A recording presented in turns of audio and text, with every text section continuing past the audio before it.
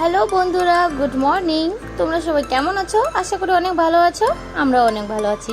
তো আজকে চলে এলাম একটি নতুন ব্লগ ভিডিও নিয়ে। তো আশা করি তোমাদের খুব ভালো লাগবে। তো ভিডিওটা কন্টিনিউ দেখতে থাকো, ঠিক আছে? তো দেখো, সকাল হয়ে গেল, মানে প্রায় 12টা একটা বাজে। তো আমরা দুজন বাইরে বসেছিলাম, ঠিক আছে? তো কাল রাতে না আমার প্যান কার্ড এসেছিলো, তো ভাবলাম যে আজ একটু দেখিয়ে দিই, তাই না? তো কাল রাতে এসেছিলো, তো আমি তখন ইনবক্স করিনি। এখন ইনবক্স বলে না, ইনবক্সিং বলে, যাই হোক এখন করলাম। তো তোমরা দেখতেই পাচ্ছ আমার নিউ প্যান কার্ড চলে এলো।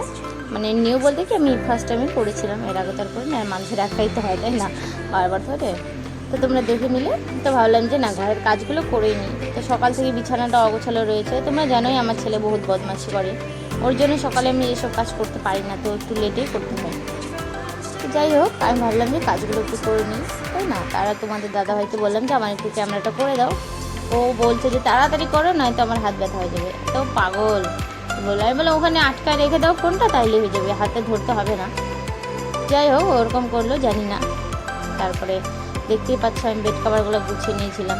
আর দেখো, বিছানায় দুধের বোতল পড়েছে আমার ছেলে, যে বদমাশি করে, ওকে সব কিছু ওর খেলার জিনিস দিতে হয়, জানো? ও যেসব জিনিস খেলতে হয় না, ওসব জিনিস দিয়েও খেলবে। ওর যদি খেলনা দিই, ওসব দিয়েও খেলবে না।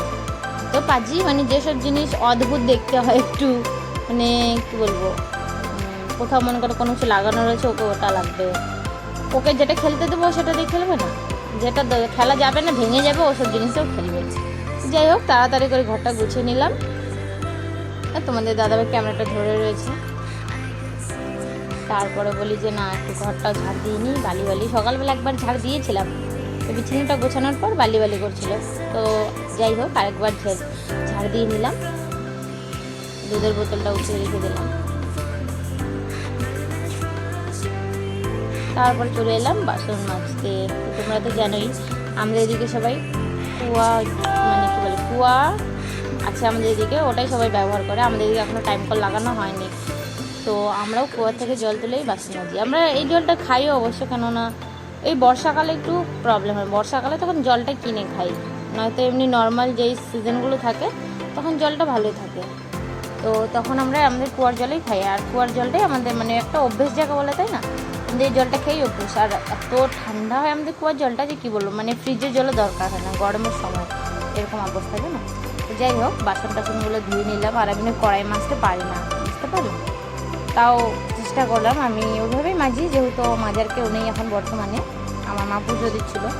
তো যাই হোক, আমি কড়াইটা মেজেলাম, বাসন টাসন সব ধুয়ে রেখে দিলাম। আর তোমাদের দাদাভাই ক্যামেরা করে দিচ্ছিলো, আর বিরক্ত হয়ে যাচ্ছে। যাই হোক, আর রোদ ছিল অনেক না, ও রোদের মধ্যে দাঁড়িয়েছিল। তো আমি ওকে বললাম যে তুমি চলে যাও। তারপর দেখো বাইরে আমরা বসে গল্প করছিলাম, বাবু খেলা করছে। যাই হোক, আজকের ভিডিওটা কেমন লাগলো? আশা করি অনেক ভালো লেগেছে। তো ভালো লাগলে একটা লাইক, কমেন্ট, শেয়ার করে দাও। Bye bye. তার একটা